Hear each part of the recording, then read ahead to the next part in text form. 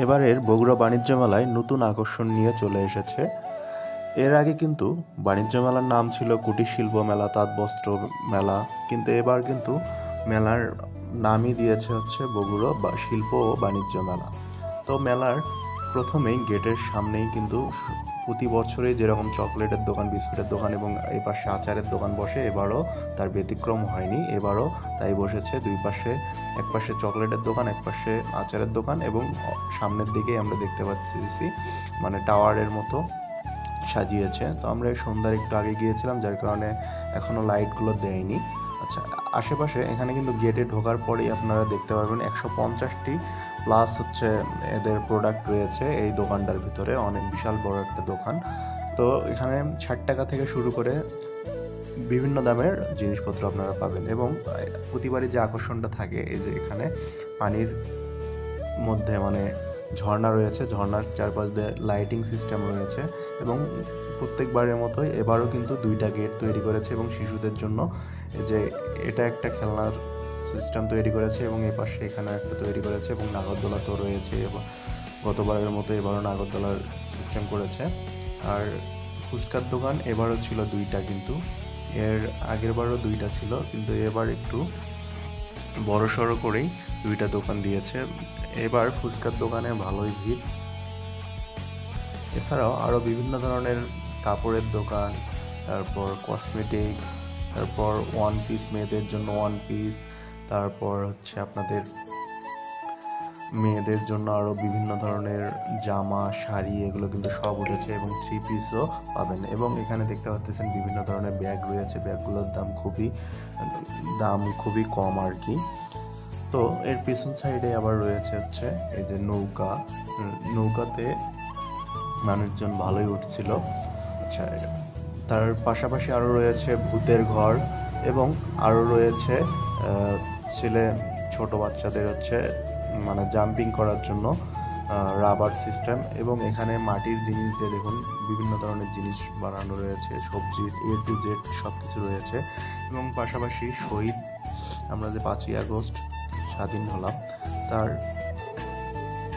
5ই August যে আমরা হচ্ছে স্বাধীনতা অর্জন করলাম নতুন করে, সেটার একটা স্মৃতি এখানে ধারণ করা রয়েছে। আবু সাইদ, মীর মুগ্ধ, তারপর এখানে শহীদদের কয়েকজনের নাম দেয়া আছে, ঠিকানা দেয়া আছে, আহতদের সংখ্যা দেয়া আছে, নিহত হয়েছে কতগুলো, এগুলো সব কিছু এখানে তুলে ধরা হয়েছিল। এখানেও বাচ্চাদের জন্য একটা খেলার সিস্টেম রয়েছে।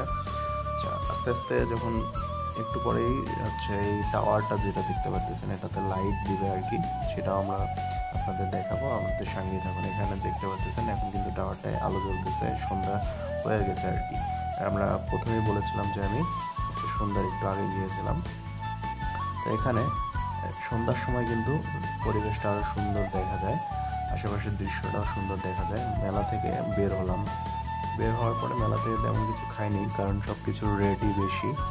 তো এজন্য আমরা চলে আসলাম বগুড়া সাতমাথায় এসে ভাগা খেলাম, ভেলপুরি খেলাম।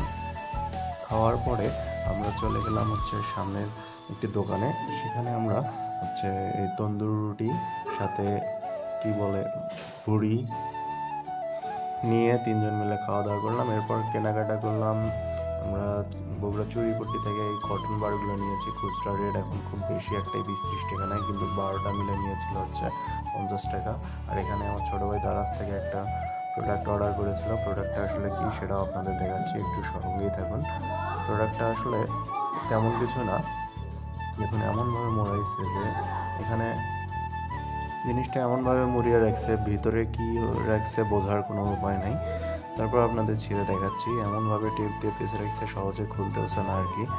আসলে ভিতরে তেমন কিছু ছিল না, ভিতরে খাবার একটা জিনিস ছিল, সেটা হচ্ছে মূলত নুডলসের প্যাকেট। কিন্তু প্রোডাক্টটা কিভাবে দিয়েছে আমি জানি না, আসলে প্রোডাক্টটা ওরাই ভালো জানে। প্রোডাক্টটার ভিতরে যে নুডলসগুলো ছিল, নুডলসগুলো একবারে সব ভেঙে চুরমার হয়ে গেছে।